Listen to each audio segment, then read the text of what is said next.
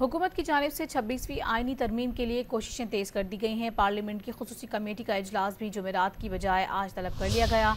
Parliament की खुसूसी committee का in camera इजलास आज शाम 4 बजे खुर्शीद शाह की ज़ेर सदारत पार्लियामेंट हाउस में होगा। कल काबीना इजलास में मुजवज़ा आईनी तरमीम के मुसवदे की मंजूरी का इम्कान है। कौमी असम्बली और सेनेट के इजलास कल तलब कर लिए गए हैं। 26वीं आईनी तरमीम के लिए पहले वफाकी काबीना से मंजूरी ली जाएगी, जिसके बाद उसे पहले कौमी असम्बली और फिर सेनेट में पेश किया जाएगा। पार्लियामेंट की खुसूसी कमेटी का इन कैमरा इजलास आज शाम 4 बजे खुर्शीद शाह की ज़ेर सदारत पार्लियामेंट हाउस में होगा। कल काबीना इजलास में मुजवज़ा आईनी तरमीम के मुसवदे की मंजूरी का इम्कान है। कौमी असम्बली और सेनेट के इजलास कल तलब कर लिए गए हैं।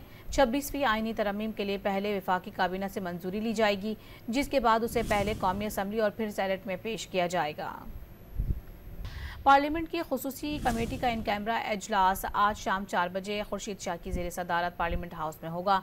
कल काबीना इजलास में मुजवज़ा आईनी तरमीम के मुसवदे की मंजूरी का इम्कान है।